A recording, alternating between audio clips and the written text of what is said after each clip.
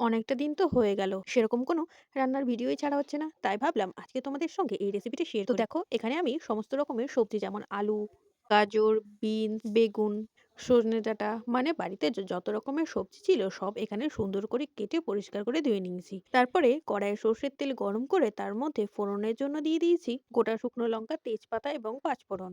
তারপরে ফোড়ন থেকে মিষ্টি গন্ধ বেরোতে শুরু করলে এর মধ্যে আমি অ্যাড করে দিয়েছি আগে থেকে কেটে রাখা সবজিগুলো।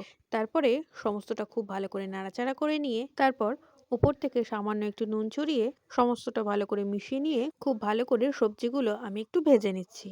সবজিটা ভাজতে ভাজতে এর মধ্যে আমি অ্যাড করে দেব সামান্য একটু হলুদ গুঁড়ো রঙের জন্য। তারপর সমস্তটা খুব ভালো করে নাড়াচাড়া করে নিয়ে সবজিগুলো খুব সুন্দর করে ভাজা হয়ে গেলেই তারপরে আমি তার মধ্যে অ্যাড করব আগে থেকে ভেজে রাখা ইলিশ মাছের মাথাগুলো। মাথাটা দিয়ে মাথাগুলো খুব ভালো করে সবজির সঙ্গে মিশিয়ে নিয়ে তারপর আমি এর মধ্যে অ্যাড করে দেব সামান্য একটু পরিমাণে জল যাতে সবজিগুলো খুব সুন্দর করে সেদ্ধ হয়ে যায়।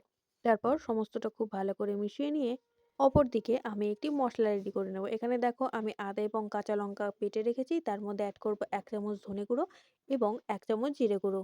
সবজিগুলো আমার সুসিদ্ধ হয়ে গেছে এবং জলটাও দেখো কমে গিয়েছে। এরপর যে এর মধ্যে দেব আমি স্বাদ মতো চিনি। তারপর সমস্তটা ভালো করে মিশিয়ে নিয়ে আমি এর মধ্যে অ্যাড করে দেব ওই যে মসলাটা রেডি করে রেখেছিলাম সেটি। মসলাটা দিয়ে ভালো করে নেড়েচেড়ে মিশিয়ে নিয়ে মসলার কাঁচা গন্ধটা চলে গেলেই রেডি আমাদের ইলিশ মাছের মাথা দিয়ে মিক্সড সবজি বা তোমরা এটিকে ছেঁচড়াও বলতে পারো এক কথায়। সবশেষে সামান্য একটু ঘি এবং গরম মসলা ছড়িয়ে দিলেই রেডি এই দারুণ সুন্দর রেসিপিটি। এটি গরম ভাতের সঙ্গে কিন্তু জাস্ট অসাধারণ লাগে। শুধুমাত্র এই ছেঁচড়া দিয়েই এক থাল ভাত নিমিষে উঠে যাবে। কথা দিলাম।